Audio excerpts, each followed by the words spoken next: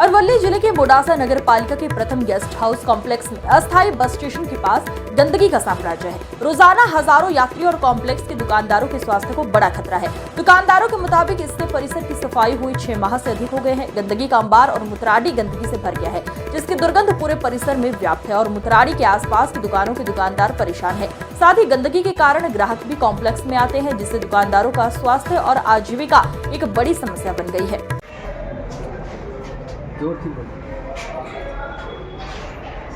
મારું નામ સચિન છે। આ છેલ્લા ટાઈમથી હું અહીં આવું છું 6 મહિનાથી।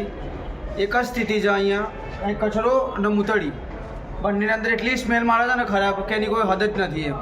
અને એના બધાએ ટોટલી દુકાનવાળા બહુ જ હેરાન થાય છે ને કોઈ હજુ સુધી છેલ્લા ટાઈમ સુધી કોઈ નગરપાલિકાવાળો બી કોઈ કાર્યકર્તા કોઈ આવીને ચેક બી કર્યો, કોઈ સફાઈ બી કરતા નથી। બહુ હેરાન થઈ ગયા છીએ અમે અહીંથી। હવે દુકાન અહીંથી ખાલી કરીએ તો મને લાગે વર્ગ કદે અમે અહીંથી જતા રહીએ તો આ લાગે વર્ગ, પણ અમારી કોઈ સફાઈ કામદાર કરવા વાળું કોઈ આવતું નથી। અમારી એટલી વિનંતી છે સરકારને કે અમારી એટલી સફાઈ કોઈ કરે આપવા મને, તેવાનો ખૂબ ખૂબ આભાર એમ। કેટલા સમયથી સફાઈ નથી થતી? 6 મહિનાથી સફાઈ થતી જ નથી હોય ગાડી, બહુ હેરાનગતિ છે। મૂતરી બૂતરી બધું બહુ ખરાબ ગંધાય છે। આખા કોમ્પ્લેક્સમાં નીચે કોક ઉપર કોક બધી બાજુ બહુ જ ગંદકી છે, હાથપાર વગરની ગંદકી। શું નામ છે આ કોમ્પ્લેક્સનું? પ્રથમ ગેસ્ટ હાઉસ 4 રસ્તા।